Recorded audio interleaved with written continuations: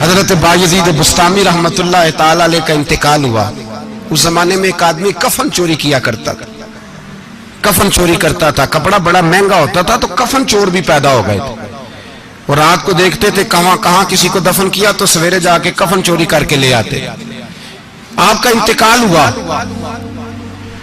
تو ایک کفن چور آدمی وہ کہتا ہے میں جنازے میں گیا لیکن میں نے کہا یہ اللہ کے ولی ہیں، ان کی طرف مجھے نہیں دیکھنا چاہیے. اگلے دن میں دوبارہ گیا، ایک کفن چوری کرنے تو میری ہمت نہ ہوئی. تیسرے دن پھر گیا تو ہمت نہ ہوئی. کہتے ہیں چوتھے دن ہوا تو حضرت بایزید میری خواب میں آئے، کہنے لگے چل بس کر اب نہ چوری کرنا. میں نے کہا حضور کیا ہوا؟ فرمانے لگے جس نے میرا جنازہ پڑھا اللہ نے سب کی بخشش فرما. تو اب تو بخشا ہوا ہو کہ پھر چوری کرتا ہے، خبردار. حضرت رابعہ بصریہ کا وصال ہوا. بی بی صاحبہ کا جب انتقال ہوا تو کفن چور آ گیا.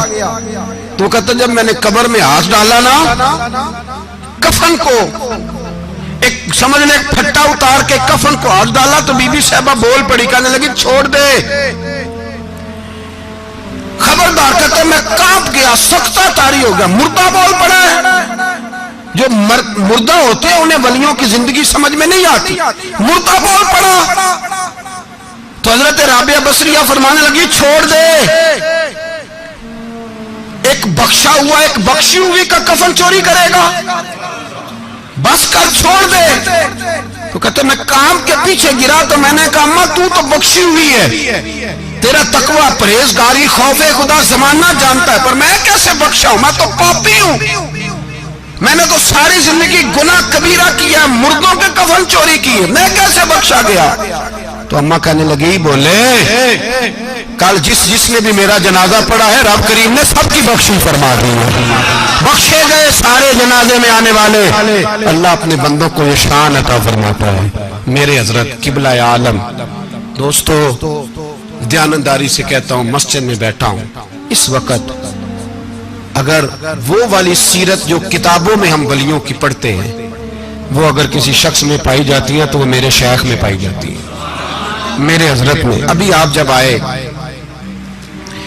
لوگ کہتے ہیں آپ کی آخری ملاقات کب ہوئی؟ تو میں کہتا ہوں آخری ہوئی نہیں، کبھی نہ کبھی ہوگی. یہ کیسے ہو سکتا ہے؟ مالی دا کم پانی دینا، پھل پکے ہون یا کچے، پیر مریداں دے سر تے رہندا ہے، وہ جھوٹے ہون یا سچے. ہماری تو ملاقات آخری کی، ہم تو جنت میں بھی کٹھے رہیں گے، ان کے قدموں میں رہیں گے، اور ہم اللہ سے دعا مانگتے ہیں او جنت میرے کس کاری جتھے یار نظر نہ آوے، او دوزخ میں لکھ بہشتان جتھے سونا آوے جاوے، تو وہاں بھی کٹھے ہوں گے. میں ابھی آخری دفعہ جب گیا تو یہ عزیزم ابرار بھی میرے ساتھ تھے، اجازت ہی 2 لوگوں کو ملی وہاں تک جانے کی، آپ کراچی تشریف فرما تھے تو میرے ساتھ تھے. 2 گھنٹے ہم بیٹھے رہے، بے خبر ہو جو غلاموں سے وہ آقا کیا. 6 7 8 گھنٹے انتظار کرنا پڑا، شکن بھی نہیں آیا. نکاح جی کہتے ہیں اسے بٹھاؤ. تو بندہ کسی جگہ کا اپنے آپ کو کتا بھی کہے تو کتے تو بیچارے ساری دیہڑی باہر بھی نوکری کر جاتے ہیں، یہ بھی نہیں کہتے میں نے اندر آنا ہے، وہ تو کبھی کہتے ہی نہیں.